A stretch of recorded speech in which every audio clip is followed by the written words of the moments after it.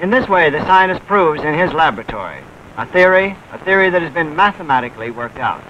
The scientist working in his laboratory is not working in a nebulous cloud. He's working for something. He's working for you, and he's working for me.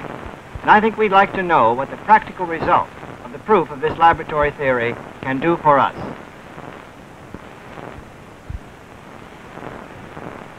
In developing any theory, such as the one you've just seen, we naturally have in mind its possible application. What we wish to do with epidemics, of course, is control them. It's the object of the health officer and the doctor to exert this control. We hope to learn, through this study of the epidemic theory, which methods of control are most effective. There are numerous methods that have been used to control or stop epidemics. Two of the most common methods are represented by, first, the isolation of the case. In this method of control, the attempt is made to pick up the case sufficiently early in the stage of the disease so that we can separate it from the susceptible and therefore not give rise to new cases. We build our isolation hospitals for this purpose of control. The second method of control is that of the immunization of the susceptible. In this process, we desire to transfer people from the susceptible class to the immune class without their going through the disease process. This can be done if we can develop a process by which we can immunize people. Immunizing processes are simple biological procedures by which a person acquires that biological state that prevents his becoming ill. If we can immunize a sufficient number of the population, we'll find that the epidemic will die out naturally.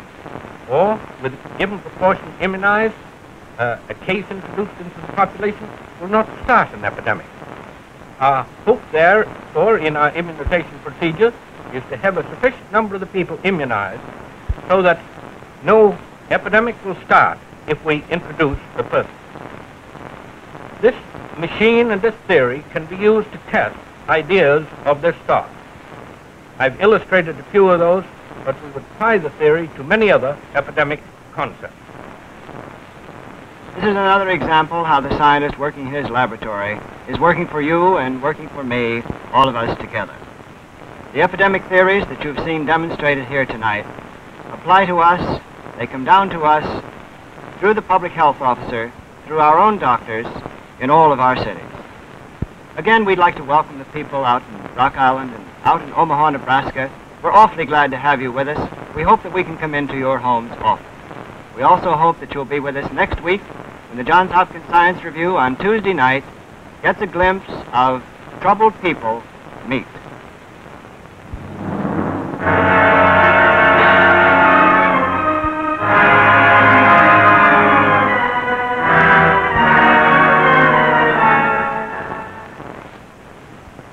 When we think of psychiatric treatment, we usually think of a doctor treating one patient in the privacy of his office.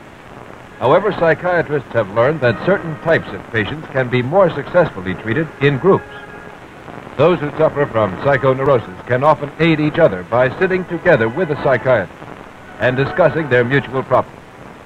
Next week, Dr. Jerome Franks will conduct a group therapy meeting and allow us to watch, to learn how such treatment is carried out. Be with us next week when we watch as troubled people meet.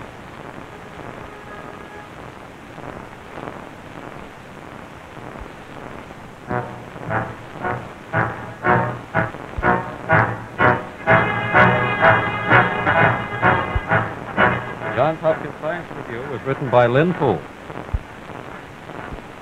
Produced and directed by Anthony Farrar for WAAF. Associate producer Sterling Reynolds.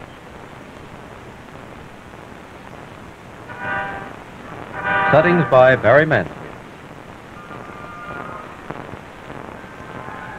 The announcer was Joel Chaser.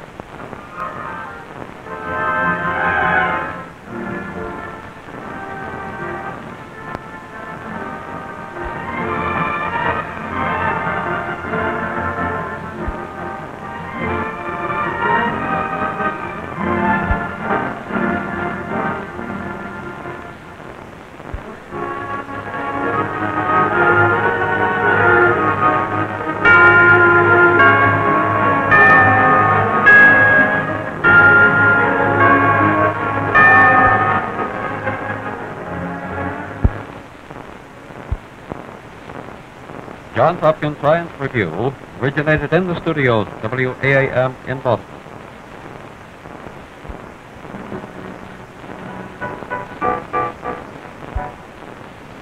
This is the Dumont Television Network. It's the freshest fish you can find. Chicken of the